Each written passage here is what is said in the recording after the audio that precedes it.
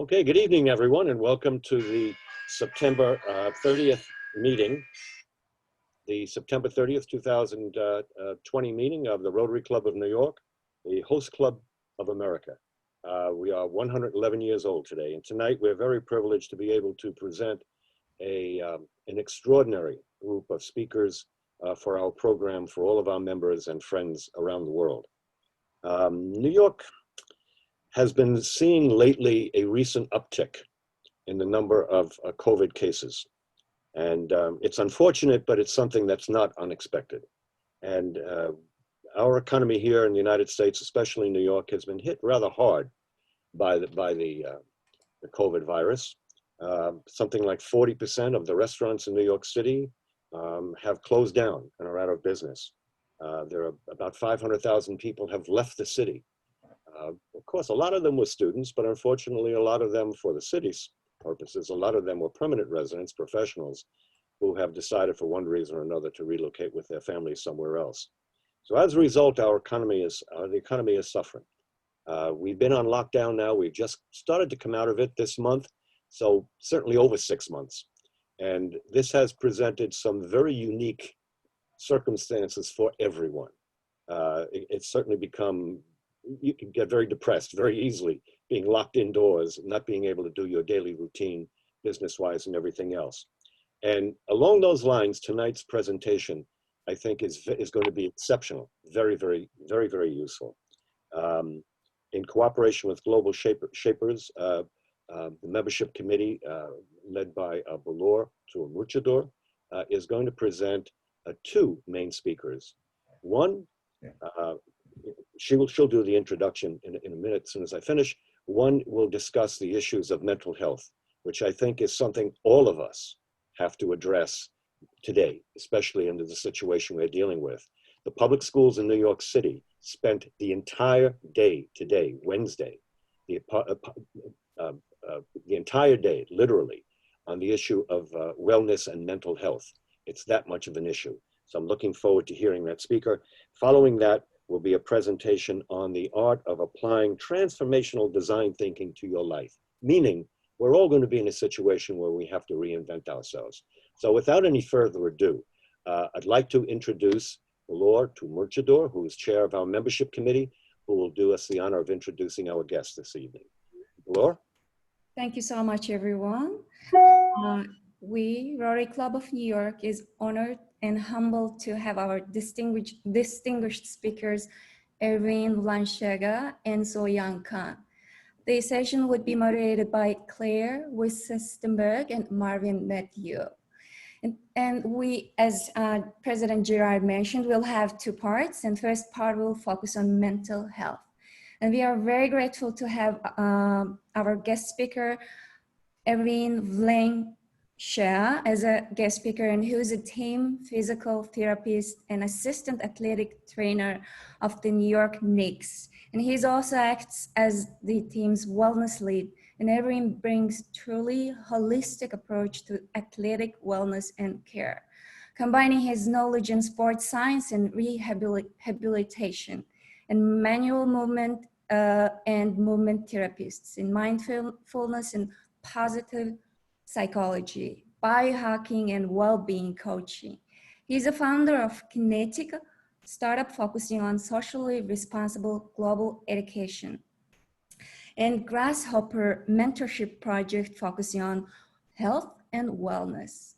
And this session will be moderated by our rising stars, Claire Wissenberg, I apologize, it's very hard to pronounce, by the way, Claire's last name, who is very passionate about wellness and mindfulness. She's starting her NGO on Wellness Retreat Center, focusing on underprivileged communities. Claire is an actress and innovative artist in New York City and LA, a fashion model at Ford Models, New York, LA, Paris, Chicago, and premier models in London and elite models in Barcelona. And we're very, very honored to have you as a moderator. Marvin Matthew, who's representing our Global Shapers community, a New York City hub. It is the community for young leaders under 30 years old. and within the World Economic Forum. And he's a passionate young leader focusing on using businesses to serve under-invested communities. Marvin is passionate about using tech and business to improve society. And currently he's working at the MasterCard, building software experimentation. And he mentors and invests in startup funders who are solving problems in their community. Second part will be focused on art of applying transformational design thinking to your life. We are very humbled and honored to have So Young Kang. She's one of the leading transformational human-centered design thinking pioneers and leaders to the date. And she's a serial entrepreneur focusing on tackling this topic. And she consistently looking at the new ways to solving big challenges, and her latest challenge is focused on how to maximize human potential and reach billions through funding her second enterprise called Nobi, which is disrupting the future of talent and work through mobile first, micro learning and employee experience solutions. And she also started Awaken Group, which is a multidisciplinary transformational design firm that integrates strategy, leadership, and innovation to catalyze change. And she's been also with the McKinsey and Company, and she graduated from Harvard Business School, and she worked at the Citigroup, and she was one of the youngest female vice president at the time. And she's a young global leader by the World Economic Forum since 2014. And she also believes in giving back to the society and founded the Young Professionals Group, which is mentorship project across the globe. So thank you so much, everyone, for your time. And I'm very excited about having you all. Stage is yours, guys.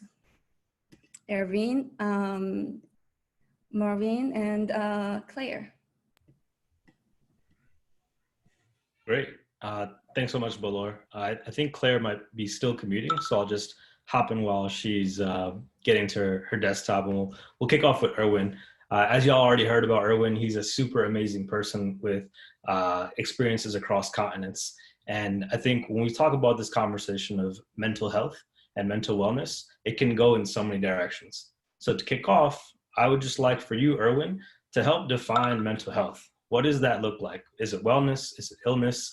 Is it fitness? Is it resilience? When you talk about mental health, what are you going to be talking about? Well, Marvin, thank you very much for that prompt, and at the same time, that introduction, Balor. Thank you very much to President Gerard and the rest of the Rotary Club and the Global Shapers and the young global leaders here.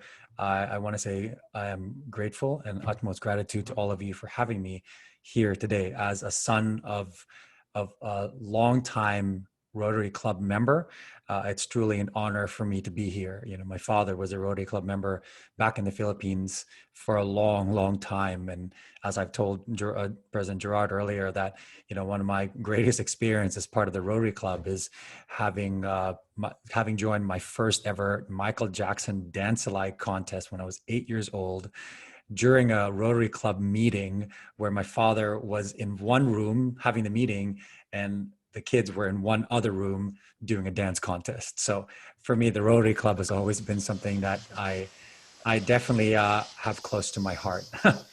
Anyways, on the topic of mental health, the World Health Organization says there's no health without mental health. And that's because of the fact that mental health, just like physical health, is something that we have to understand is a real situation. People forget that just because you have challenges in your mental health, that then you're saying that, oh, they have mental health. And yes, in fact, we all do have mental health. The question is, and the difference is the fact that there's mental health and there's mental illness, just like there is physical health and physical illness.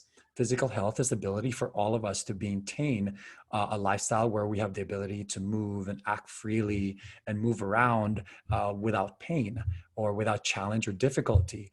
But same goes for mental health. Mental health is a constantly moving situation where there are days that we feel bad, there are days that we feel good. We can't always be positive all the time. And that is part of the overall understanding of what mental health is.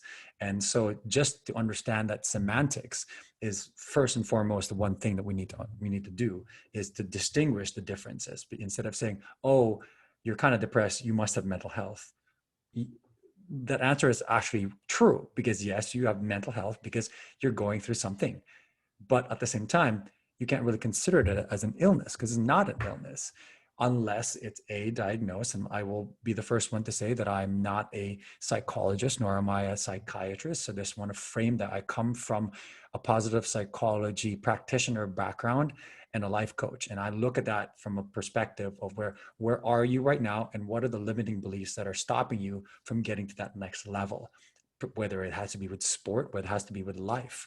So I think just to distinguish the differences of that is the first and foremost what we need to do, because physical health, like I said, you can go to days where you're struggling and you're having a hard time, and it's all part of it. And same way if you're having a good day and bad day, from a mental side and an emotional side. So I think once we distinguish that, that's more than anything else, that's the first step in then being more aware and then being able to tackle what we need to do.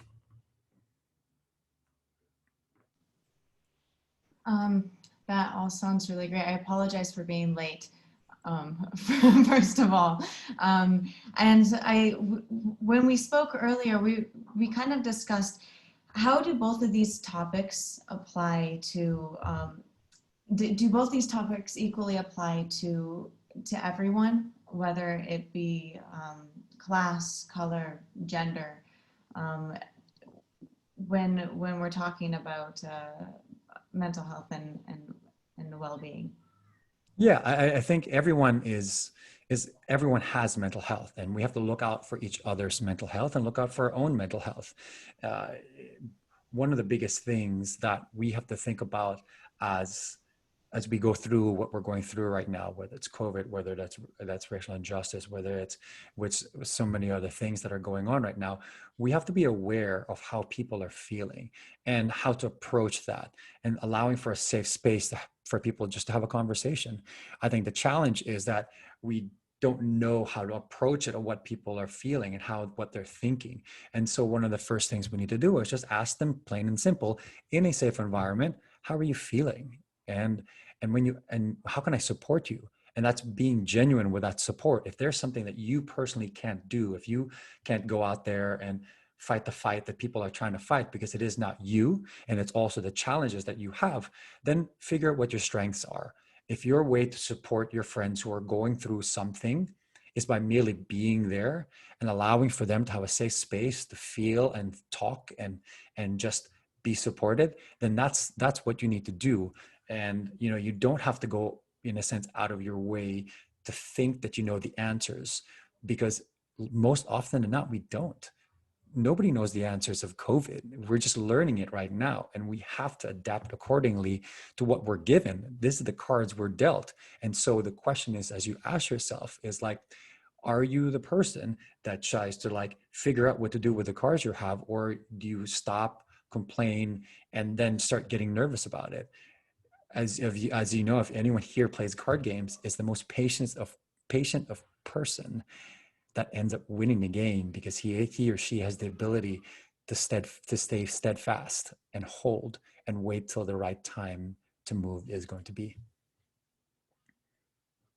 So, Erwin, what would you say it means for now that society has come to a stop, essentially, and we feel divided, and we're learning to stop and to listen? What does it mean to, in a sense, succeed? Because things are a bit backwards now. I know you mentioned that just listening and speaking to one another and being there for one another is important, but how can we change our own point of view, so that way we can see ourselves thriving in a way that we never imagined that we would before? I hear you. Well, we have to first and foremost work from a full cup. The biggest challenge during these periods of times is that we we feel like this reactivity to react to something that we're being challenged by, whether that's COVID, whether that's things going in the news, whether it's everything that's around us. But if we don't act from a full cup and we don't have the ability to then take care of ourselves first, then it's going to be hard pressed for us to take care of others. So that first and foremost is the one thing that we need to do. And then how do we do that? What are the quantifiers that tell us, okay, where are we, and are we thriving, and are we working for that full cup? Well, first, we have to think about the 5 ingredients that make up what is well-being, or in essence, what it means to thrive. First, it's positive emotions. It's a sense of happiness. Just like I said earlier, as I talked about, is that we can be positive one day, but we can also be sad one day. But the difference between positive and negative people isn't the fact that positive people don't think negatively. They just look at negativity, reflect and see what it's for, and then move forward from it. It's their ability, it's positive people's ability to shift the mindset and the mind frame as quick as possible with understanding the lessons that allows them to move forward and remain happy. Number 2, engagement or flow. When we're engaged and we're in flow, we have the ability to create things that we oftentimes don't think we can actually do. We have the chance to tap into parts of our brain and our heart and our spirit that allows us to create the most beautiful things in the world without having to think about it, because we let go of that. We let go of that ego and we just go straight to the work. So that's one of the components of that. Third is relationships, and good relationships, that is. Being able to be part of either a partnership or being part of a community that allows us to thrive and supports us, particularly when we're down, is one of the most quintessential facts and needs that we do need as human beings. A recent Harvard study that was done for 75 years showed that out of everything that people went through for 75 years, whether it was what they ate, whether it's drinking wine, whether it's eating fish, whether it's their diet, whether it's their exercise, that proved of not only how long they could live, but also how happy they can be, wasn't all of these physical components. It in fact was the strength of their social relationships. It's people's purpose within the community. And so out of everything in the world, to have the ability to support somebody else has been proven through science time and time again now that it's the most important component, relationships. Fourth, meaning in life, purpose. As we go through this world, we all have to look and figure out what it is we were placed on this planet for, what our mission is in life. And until we take this time, each one of us, to be able to understand what that is as an individual and as a collective, then it'll be more challenging for this world to move forward, and it'll be harder for us to thrive.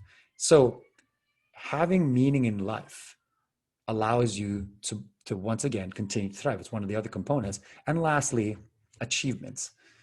It may seem somewhat selfish to talk about achievements in a state of happiness or being able to flourish, but this achievements give you confidence that what you're doing in life allows you to move forward and not only impact the life that you currently have, but also impact the lives of others. And if you have the component that allows you to thrive and flourish, so I'll repeat those 5 components again. 1 is positive emotion. 1 is engagement or flow. 3 is relationships. 4 is meaning in life. And 5 is achievements and goals. So you have all of these components. It allows you to then act from a full cup so that then you don't get bogged down that easily, because you're in a sense pretty balanced and stable to handle anything that the universe throws at you. That's beautifully put. Very beautifully put. So when we, in a sense, we apply PERMA to our life, right? What are some tools that we can utilize PERMA, right? How can an individual take that acronym and start applying it to their day-to-day life? Yeah, that's a great question. Well, first and foremost, my personal favorite tool that I use every single day is gratitude. Gratitude is the single greatest force in the universe, because there's really no opposite of it. You can't really say ungrateful because it doesn't really balance it out. Because when you have sense of gratitude, or when you give gratitude, it's a truly selfless act. So that first and foremost is one of the greatest tools that's available out there. And one of the greatest techniques that you can use this tool is something called the gratitude letter. The gratitude letter has been studied through positive psychology and science to be one of the most effective tools as it relates to degree of change, where if you really handwrite a letter to somebody that you're truly grateful for, you put it down in an envelope and you have to handwrite it. There's just something different about truly using your hands to write things down, to put it on an envelope, seal it, walk it to somebody that you're truly grateful for, and actually not just give it to the person, but open it and read your letter to the person. It affects two situations: your psychological situation, because it tells you, what do I have, how do I have to act through this? What do I have to say? What kind of emotions do I have to give as I reached out? And number two, your social situation, because now you have to go into this uncomfortable situation of going to somebody you're grateful for and reading out a letter of, in a sense, love and gratitude to that person. And that uncomfort, though, is a place that you want to be, because it's that living in that discomfort that we grow as human beings. So if you find yourself wanting to really have a massive degree of change in your life with anyone that's pretty either close to you or not close to you, and you feel like you want to do something absolutely not just fun, but proven by science to work super effectively, then go out and write a gratitude letter to somebody that you want to give it to. Number one. Number two tool, ritual. One of the ways in order to continue to thrive is putting a ritual together. And I say ritual because there's a difference between a schedule and a ritual. When you put a schedule down, there's this sense of things that you have to do in order for you to say you're fulfilled in your day. Well, a ritual gives it that spiritual and emotional component that tells you, as I do this, this gives me life. And I do this because as it helps me, it also helps the people I work with, because I put great energy into this, instead of having a schedule where, like, if I don't do this, then I'm a failure. I do that, then I'm a failure. So call it a ritual because it gives a spiritual component to it, and also give a positive side to it. And if you follow a ritual, it allows you to thrive much better because it gives you a cycle you can follow. And lastly, I'll share this last tool with you, is movement. And it's funny how people, once again, forget that mental health and physical health are actually so joined together, and the importance of it to be able to move is good for your brain. And when your brain thinks about it, it lets you move. So there's a good quid pro quo between the brain and the body. And if you don't maximize that potential, even of just like walking 20 minutes a day, and I like to do these, I call them my old man walks, where I put my hands behind my back and I walk around the block, and I just, sometimes have an audiobook in my head that I'm reading, or sometimes I just listen to the sound of the birds or the rustling of the leaves on the trees, or the kids that are playing outside. Because what you do is pause, and you give yourself and your body the ability to literally absorb everything and use every sense of your body, from your kinesthetic sense of your balance when you're walking, to your breathing and feeling that, to hearing the joyful sounds that are around you, to seeing what colors are that's present around you. And by doing this, it actually, fires up some beautiful parts of your brain. And it's proven through neuroscience of how effective movement is for your brain. I mean, this is the reason why Richard Branson walks around for his meetings. He doesn't sit down, he walks around. He likes to talk to people, because this movement allows you to continue to have your brains fire in a good way, without having to be too tired. That said, Richard Branson is notorious for having tennis matches that go on forever, and doing these uphill climbs going forever while he's having to try to have a discussion with you. So just 3 tools that I'd like to share is: 1 is gratitude, 3 is ritual, and 4 is movement. So, and if you put all of those together in your day, it allows you to be a little bit fuller with your cup as you continue to serve others.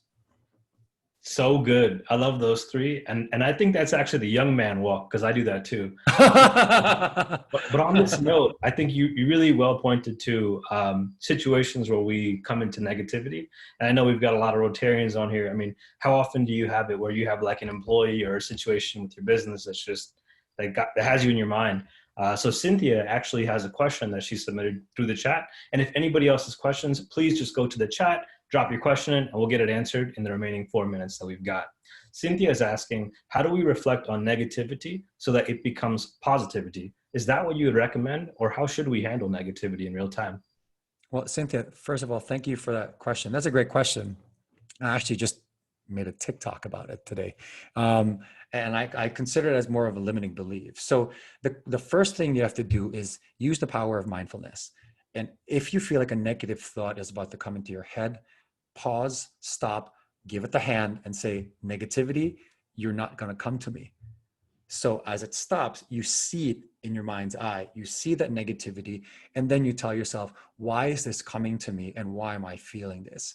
And once you've assessed it, and then you ask yourself, do I want to be bogged down by this? Is there proof that what this negativity is real? And 3, can I make a plan for this? If there's anything else that if I can't handle this, what can I do? Who can I call? And what can I read in order to then bounce this off? That then allows you to switch things and then go into positivity.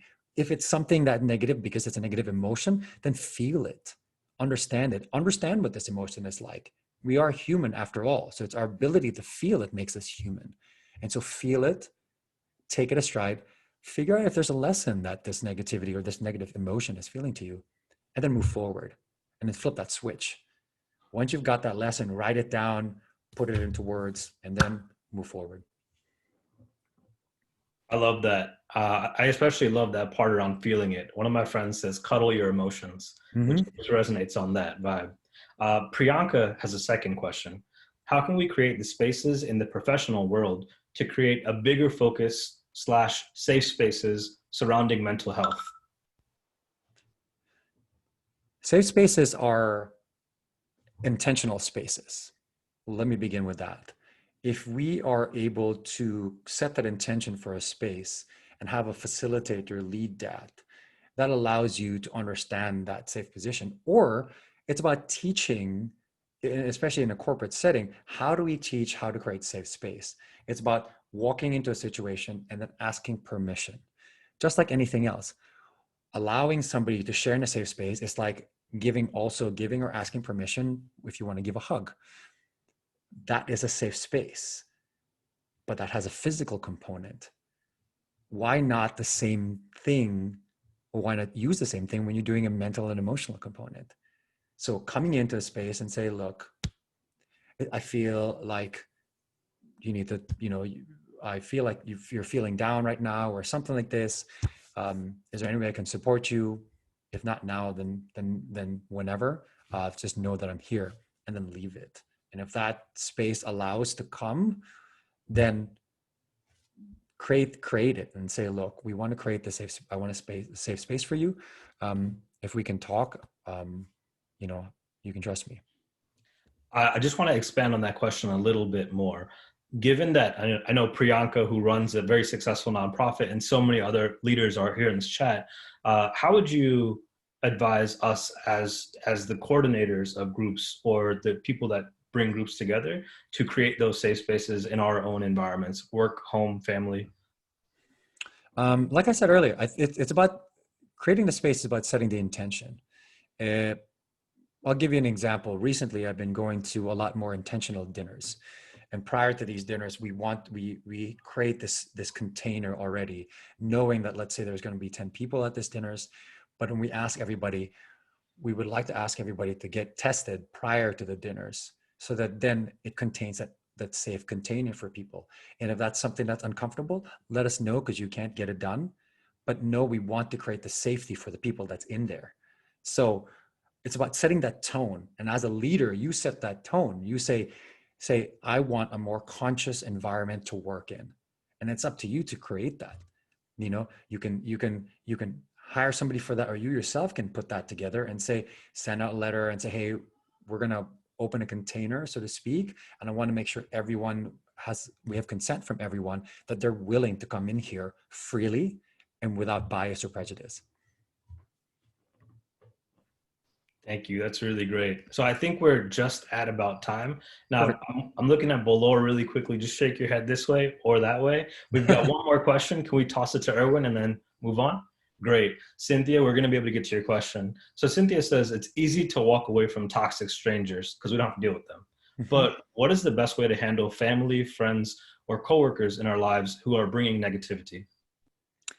You know, what's funny, this is not the first time I've been asked this question. And as number one, as a neutral guy and a guy that loves to host people and the guy that likes to take care of everybody, this is one of the hardest kind of like personal things that I've had to do is in essence, let go, even if they're family members of yours. It's about knowing at this moment in time, what is it that sparks joy in your own life that up levels you? And if you're able to communicate that with family members that are toxic, so to speak, all you got to say is like, if they come at you and say, look, let me begin by saying, I love you. And I will always love you because you're family. But at this moment in time, I don't have the headspace and the emotional space for what you're giving me because you and I are in a different world right now. So if you respect what I feel and how I feel, I would like that we would just like take some time apart. I'm not saying that we're going to be gone forever because we are family, but I have to do what I need to do for right now. And I would love for you to respect that. If they don't respect that, it's their problem. Wonderful. Thank you so much, guys, for your amazing session. I see Soyan is already here. She's joining. Thank you so much. And she's joining from Singapore. It's 7 a.m. there in Singapore. Soyan? Hi, can you hear me? Can you see me? Yes, we can see you. Wonderful. Thank you so much for joining. Yeah, it's incredible to have you. Really appreciate your time in the morning. Since we already did the bio, I would like to start from the question, and I would love to, if Maureen also type everything, the highlights would be amazing. That was so helpful. So first question would be, what is a human-centered transformational design thinking, and how we are, how we should apply this concept to our day-to-day life, in our professional and personal life as young professionals and entrepreneurs, and anyone. Great. Well, hello, everyone. It's really a great privilege to be here. I'm actually from Brooklyn, New York. So exactly. And I grew up, and my family, my relatives, etc. My father, my late father, was also, actually, I heard the beginning of Erwin sharing, was also part of Rotary in New York many, many, many years ago, probably before some of you, for quite a long time ago. So, you know, definitely grew up doing business. I still have relatives in New York. And so, you know, I'm always a New Yorker. And so I've been traveling around the world and living in different places for the past 20 years, but New York is always like my home, if you will. So it's really, really great to be here. And I heard, you know, some of what Erwin was saying in terms of, you know, your mental health and your being. And I think we're going to say some similar things, but, you know, we talk about, you know, human-centered design. So maybe I'll just start with just definitional stuff. So human-centered design really is about using the design thinking process and starting with the human, which is you, which is me. And, you know, and we're talking now about using human-centered design for our lives. And that's really about using ourselves as the subject of that design thinking process. Where we can co-create and create something more beautiful than what existed before. And so that's kind of, so the very basic level, human-centered design is just a fancy word to just say that we're designing for you, for me, and not at the superficial, what I call functional level, which is that I want this, I need this, but at the more emotional and the spiritual level. And the deeper you can get into human motivation and mindsets, the closer you can get to designing amazing things. And so I'll use a physical product example, just to illustrate. You had Microsoft and then you had Apple. And if you had just designed for functional things, you would have put a lot of features into Microsoft. Apple came up and has fewer features. It would have become a feature war if you were just trying to optimize, and I'm going to tie this to our lives in a second here, but Microsoft has tons and tons of features. In fact, there's so many features in Microsoft products that, you don't even know half of the, I don't know half the features, and I've been using Office for like forever, right?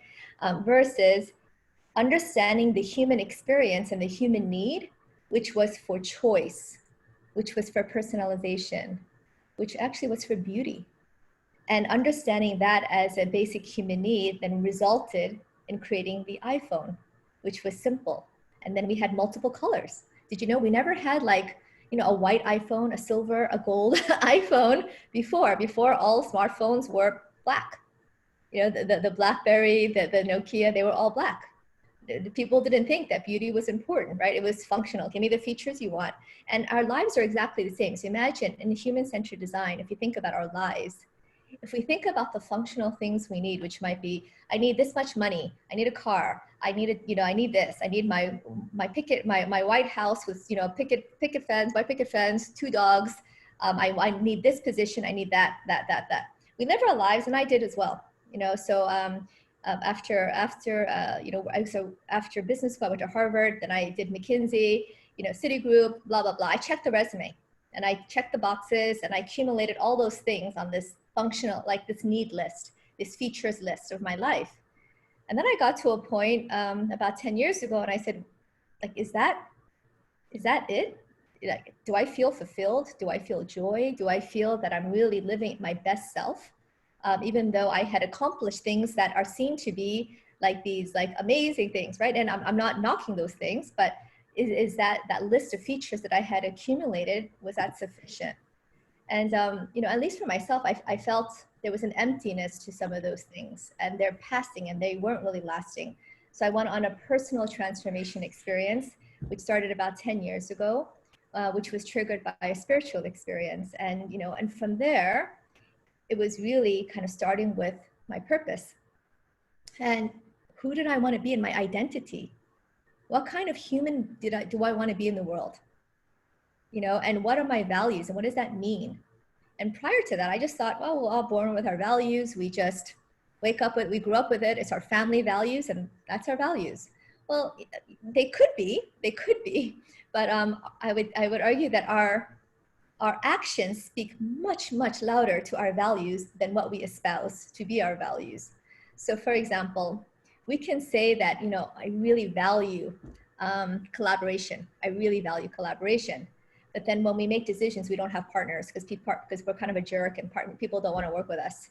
So you can say you value collaboration, but if the evidence of your action and behavior is that no one wants to work with you, that's a hope that you have. It's not a real value. So then there's always gaps, right? And so we talk about this word integrity, and I have yet to meet a human in the world who is in full integrity with themselves. And when I talk about the word integrity, I talk about being in integrity, not having integrity. It's not something you can obtain. It's not something that you can put on your list of things to have. It's a journey to be in integrity with yourself. And so the whole human-centered design, and the reason for that is, the word integrity comes from the word integer. Integer is whole. It's actually it's a whole circle. And being in integrity means that who I am and who I want to be is congruent and is in alignment with how I show up and how other people experience me. And, and we all know we have good days, we have bad days. We're not always, in alignment with ourselves. But I think that the journey of being in integrity is a powerful and a beautiful one, in terms of, consciousness. And so this whole design thinking process is around starting with your purpose, your values, and who I want to be in the world. And that was what started my journey to then a 10-year journey of learning, unlearning, breaking things. And, I can talk a little bit more about that, but I think it was a long answer to your first question, Balor. That's amazing. It's always helpful to have experiences and examples. And so, and again, I would probably repeat the question, how we should apply design thinking approach to our life in this uncertain time. And then also, like, while I was preparing for this session, I had a chance to get to know you more than past 6 years yesterday. And it was very, very incredibly admirable experience for me to get to know you in very deep level. And then could you tell us about what would be the challenge to empathize ourselves within this, like really shed our masks and then be really truly yourself and understand where you come from, why you having certain behaviors, and then how we could define it and then ideate and prototype and test it in the future. So it makes sense. Yeah. I think Bowler sharing kind of, we have our own unique design thinking and transformation design process. At my first company, Awaken, and also we use Adobe. It's called, it's dream, discover, ideate, prototype, and synthesize. And for those of you, many of you may have done design thinking in different courses, etc. You'll often have a discover, ideation, prototype that's probably similar. What might be different is that we start with the dream, which is really the heart of it, which is the purpose, which I think is the starting point of any kind of powerful experience and a powerful transformation. And also just to differentiate between transformation and change. Change is something that, and this is also, even in like quitting smoking, right? You can say like, I want to quit smoking. It's a bad habit. I'm going to quit. So you can do behavior change, but often we end up going back and reverting back. Unless we have a fundamental shift in our belief system, it's often not as sustainable to just change behaviors. So I'm a firm believer, not in behavioral coaching. I became an executive coach 10 years ago, but not to do behavior change-based coaching, but motivation-based coaching, which goes much deeper, because this is the conversation we're having, right? About the Microsoft versus the Apple. If you just get at the behaviors that's saying, I want to change this feature, don't smoke. But if you get deeper into the motivation of why smoke, what are the pains that cause a person, how does it make them feel, what motivates them, and get to that level, and you coach at that level, that's the beginning of transformation, and transformation will come out very different. So as you design, so our lives are exactly the same. Change is when you're trying to change yourself, and we only have so much control, to be honest, of ourselves and over our emotions. A lot of, I always say that we're all dysfunctional people in some way. We have some level of pain, bad experiences or whatever, from childhood, from our parents, from whatever, from society, pressures. And so we have this stuff. And unless we are able to address those things at the root core, sometimes we get triggered, and we get triggered in terms of how it might show up in the world. And so unless you address the root, often it's really difficult at the behavioral level, because we can hold it for like a few months. So that's why it's interesting, you can always try something for a couple of months, but then to sustain that requires often a fundamental shift. Now, when you fundamentally shift, and I use the example of a butterfly, when the caterpillar becomes a butterfly, it literally transforms in shape, size, function, where it stays, where it's never going to be a caterpillar again. It is fundamentally transformed. So the difference between change and transformation is the new thing that emerges will never go back to what it was. And I can imagine, I'm not a caterpillar, I've never been one, but I can imagine that if you were a caterpillar and you had to like break out of the cocoon, there might have been some pain in that process. I'm sure, if I were a caterpillar, I just had to empathize with being a caterpillar. It was really dark and comfortable in my little cocoon. I was really safe. All of a sudden, like I had to crack out of this thing. And I've never flown before, never tried it before. And I had to crack out, and it must be maybe a little bit painful. And the whole transformation process, when you're applying this kind of, discovery process of yourself, can be a really, really painful process.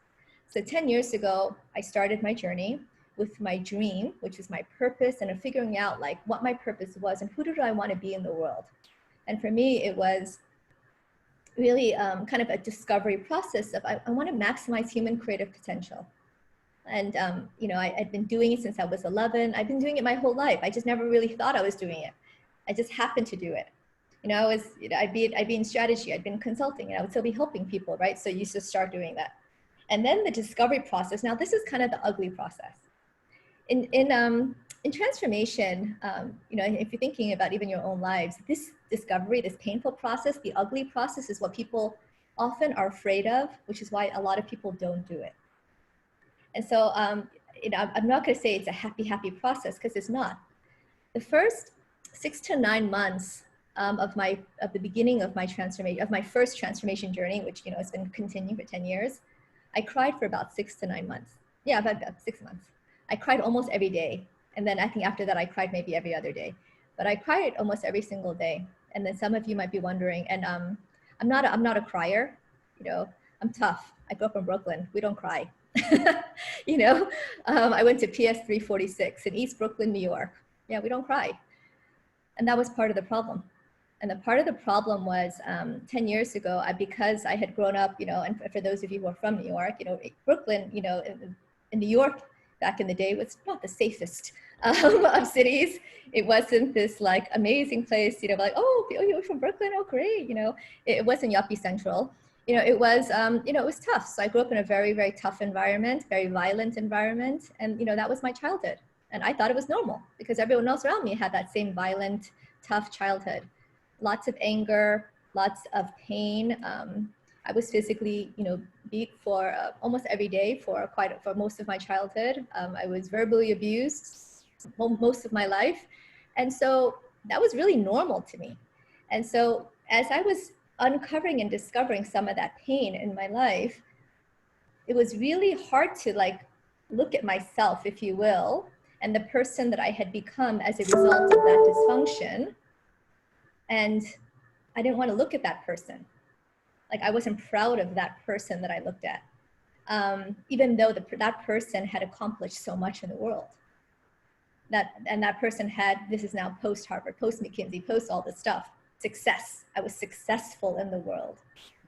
But in terms of the human that I was, I didn't like that human. So that whole discovery process was confronting my past, confronting, you know, who I had been, given this dream that I had. I'm like, okay, that's an awesome dream and purpose, but who am I being, and how do I kind of reconcile with that?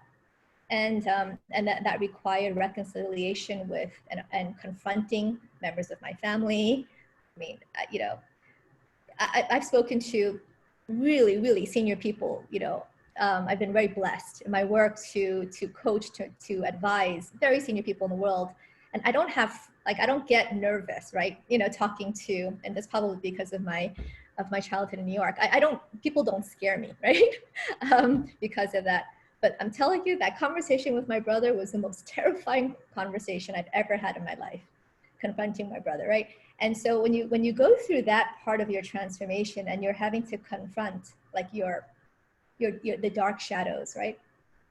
You know, I think part of that, whether you can do it if the person is alive or not, right? I mean, it's people and it's relationships that have to somehow be resolved with yourself.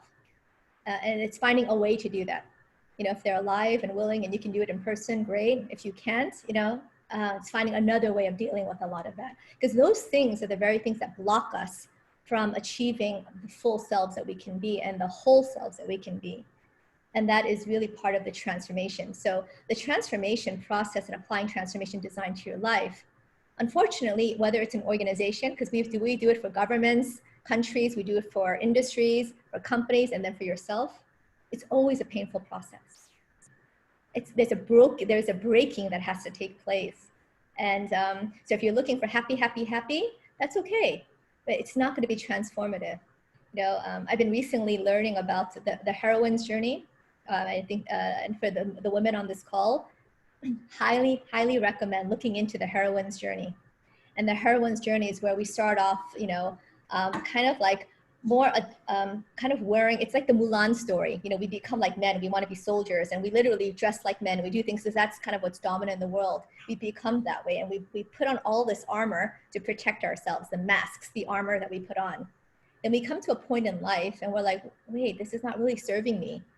I'm not able to be my full self. I'm only part of myself. So then I start to take off my mask. In the Mulan, she literally lets her hair down, and then she starts to embrace her femininity. And there's a lot of pain in that process of reconciliation. She gets rejected, and she doesn't know who she is. And then as you start to go on that heroine's journey, then you start to embrace your feminine side, or the softer human side of yourself that had been suppressed. And then as you do that, then you bring that allies and partners come along that journey. And then you start to move up. And then at some point, as you embrace that feminine side, then you're able to integrate the masculine and the feminine. And so it's really a beautiful, I think, story of transformation design for your life, right? And that whole process of transformation as it goes full circle. And it's not just one circle. I'm sure many of us have probably gone through many cycles of transformation throughout our lives. And it's about recognizing those. And the hardest part is like when you're right here, right? Because when you're right here, it's terrifying. It's terrifying because you literally have to unlearn and go backward. You feel you're going backward, and you actually are. Like you're like, nothing works anymore. Like I used to be great at this, but I'm not anymore. And you feel, so you go through this unlearning process and broken process. And then this is where it gets super scary. So people sometimes go, oh, this sucks. I don't like it. And then they jump back up, and then they just kind of plateau. And then they can't overcome this next level because they get stuck there. But some of us, and it does take courage to then jump it, leapfrog, then through that in order to leapfrog, in terms of consciousness, in terms of, who you're being in the world. And, and so once you leap the first one, which is I think the hardest one because you've never done it before and you don't know, it's kind of like the first time you bust out as the caterpillar, am I gonna be able to fly, right? And then once you've probably gone through that, then you get a bit used to it, and then you keep going through that cycle over and over again. And so the whole kind of process then is that around iteration, like, right? So you talk about design being ideation, like you're ideating who, the different ways of being, and then prototype, you're testing. You're always testing, going back, and it's a cycle. It's a cycle. You never end. There's no end point, I think, for our whole lives. And, and maybe, on that, on the journey itself, so my father, my late father, he passed away 4 years ago, suddenly. And, is one of my biggest sources of inspiration when it comes to literally an example of the application of transformation design in your life. He transformed himself multiple times, starting in his 40s. And he did it until he passed away at 76. And what was really remarkable is, I would say, the last probably 10 years of his life in his 60s and 70s was probably the most beautiful part of this transformation journey that I had ever seen. And so, I don't think it's age. It's not about age. People like, you can't change when you're a certain age, hogwash. That's not true. It's, I've observed person after person, and my father being the closest of those examples, where he had the courage in his 40s to go on this discovery process of who he wanted to be and his purpose, literally gave up everything, and then to see his humanity transform. So the person he was when he ended his life was dramatically different than the human that I knew growing up as a child. Dramatically different. By the way, just to be clear, he wasn't the one who beat me, okay? So yeah, so yeah, he wasn't the one who beat me. So so there is this transformation, but just seeing the human that he became over the years, I think is very humbling. It's and it's also very inspiring that no matter what age and stage of life we're in, we can always disrupt ourselves and transform to our best selves ever. Thank you so much, Sonia. That's very, very powerful. Thank you so much for sharing your very personal story with us. And there are questions from, first question is from Tyler. How do you get in touch with your subconscious to understand what your values are? Well, it's hard to connect with your subconscious because if it's in your subconscious, you don't know that it's there. But I would say, you know, and I don't mean to give a flippant answer, but I mean, I would say that, you know, in trying to understand your values, you know, I did something, what I did was, I had a lot of coaches, you know, I'm a huge believer in coaches because they can ask you questions and see things from an objective point of view. But I had 4 coaches, amazing gurus, you know, people that, you know, really thought leaders around the world. And every day they would ask me questions about my values. In the beginning, I have to admit, I was a little bit annoyed because I said, my values are, you know, collaboration, you know, integrity. And I listed all these things that really are common things that we all say when people ask us what our values are. And then they kept challenging me like, well, what does that mean? And I'm like, what do you mean? What does it mean? It's just integrity. It means, you know, honesty. And they're like, not really. I'm like, well, yeah, it does. And then, you know, I had to research it. And then they would say, well, in this situation, how would you behave? In this situation, you know, how do you behave when you do this or that? And then I was like, oh. And so it was really like an unpacking of what each value meant and a discovery process of reconciling what my espoused values, which was my wish list of values I would like to have, versus what I actually held, reconciling and then making some very intentional choices of the values I would like to, because to be honest, I didn't like my actual values. So I'll give an example, potential. Sounds like, so I value like, you know, human potential and thinking about how to maximize human potential. I value humans. Oh, it's a choice I made 10 years ago. Prior to that, I can assure you that that was not a value that I practiced because the business world doesn't really practice that. The business world practices excellence and high potential and handpicks only the best performers and celebrates the best performers. And if you're not, you either let go or you're passed along.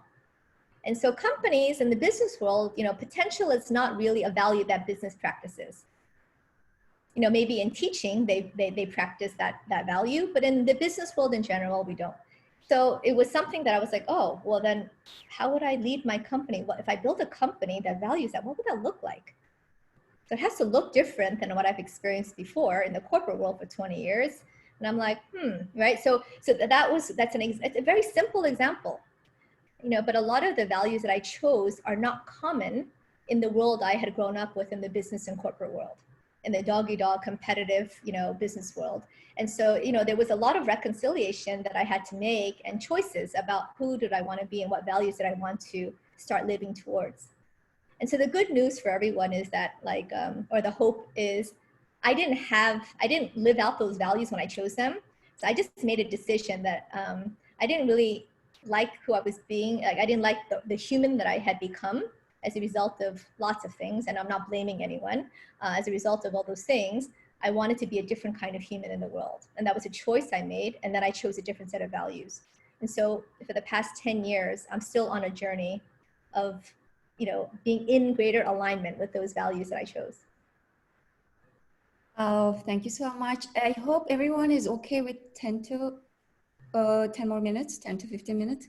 And there are 2 more questions. If you're okay with that, Soyan, okay, just give me 1 second, and then I'll just, yeah, I should be able to do that. Okay, thank you so much for your time. So question from Andreas, do we not as butterflies at least occasionally crave to be a cocoon? Is it wrong? Maybe that's how we truly appreciate flying and be colorful. I'm sorry, Andres, is what that was question? Oh, okay, I'm reading the question now. Do we not as butterflies? Do we crave to be a cocoon? Oh, 100%.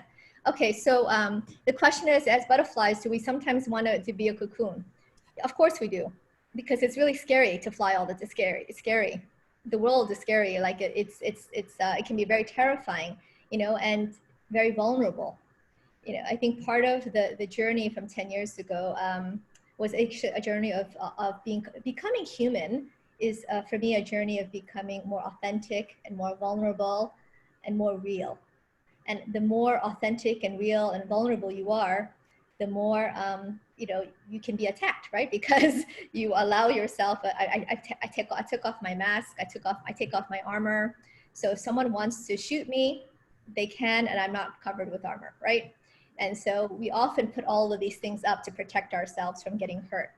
And so can it be more painful? Yes, it can. But I think that the fulfillment and the reward and the joy, and I'll call it joy, not happiness, the joy that comes from the deep human authentic connection and of living your best self, right? And having great joy, even in the midst of sadness, is a journey that I would take over and over, you know, if I had, you know, for the rest of my life, because it's a much fuller life that I live than I ever did just kind of staying in the cocoon. So yes, it's scary. Yes, it's crazy. But it's really hard to go back, even though sometimes you're like, oh my gosh, it's hard, I want to go back. And that's just part of the human experience. And giving yourself permission to be okay with it's hard, you know, and it can be hard. And and sometimes we're sad, sometimes we're angry, you know, and I call them the negative emotions. And so it's okay to experience them. It's just how we deal with them. I think that's more important. But the fact that we feel them is very much authentic part of our human experience. So we should never deny those things. Fear, right? Last question is from Marvin. What parts of you have you had to let go of to be your whole self? Oh, constantly. And I would make it an ing. It's a constant process, right, of letting go, you know, letting go of my pride, letting go of, you know, the things that like of my ego. And, you know, it's hard to let go of your ego. And, you know, the really, I would say, beautiful part of, and that's the hardest thing I have to let go of, and I'm constantly trying to let go of that, right?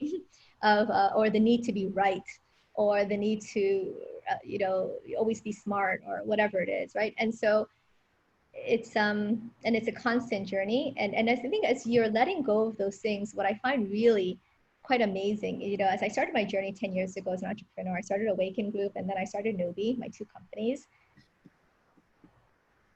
I cannot even tell you the number of times I've been so just humbled by my team, by the things that they say, the things they do. I've had people work for me for free, like many. I find that bizarre. Like, so in the business world, I never would have I would never have, it just didn't make sense. Like, why would someone work for you for free? You know, because they wanted to learn. And I was like, for me, like, why, you know? And so you kind of have these like experiences that are really quite profound. And the type of people you're able to attract to you in this journey is just the circle of friends and the people that, and the relationships that have been built or have been nothing short of just like incredible and very, very like life-giving. And so, and the scope of work that you're able to do, it almost just kind of happens. Like, not to say that you don't work hard, but I think when you're operating from a different level of consciousness, you know, even without my masks on, people can't hurt me as much anymore, which is so interesting. So that there's power in the softness, and there's power in the what seems to be weak, right? And like there's incredible strength in being gentle. You know, and so there's, you know, and it's definitely a journey that I'm still on, but it's yeah, it's very meaningful, you know, and I'm willing to live the rest of my life working towards greater and greater parts of that transformation. Thank you so much, Soyan, for your incredible speech, and thank you so much for your time, all the speakers and moderators and those who are joined the session. And we're gonna have the next session, October 28th. We're gonna talk about the with the tech serial entrepreneur who's a VC partner now, and how to transform from serial entrepreneur to investor. And then the next topic would be how our brain, from scientific perspective, how our brain works, and then how we could maximize our potential and mental wellness as well. So I would like to give a closing for our president, Gerard Sherfin. And Mr. President, Oh. yours. Thank you, Balor. Thank you very much. I have to say, this is probably one of the best Zoom sessions we've ever had. The one word when I think, going back on what Erwin said and what So Young, I can think of energy. I could just feel the electricity going through me, and my desire was not to have it go through me, but to actually be able to keep that energy, let that electricity stay with me.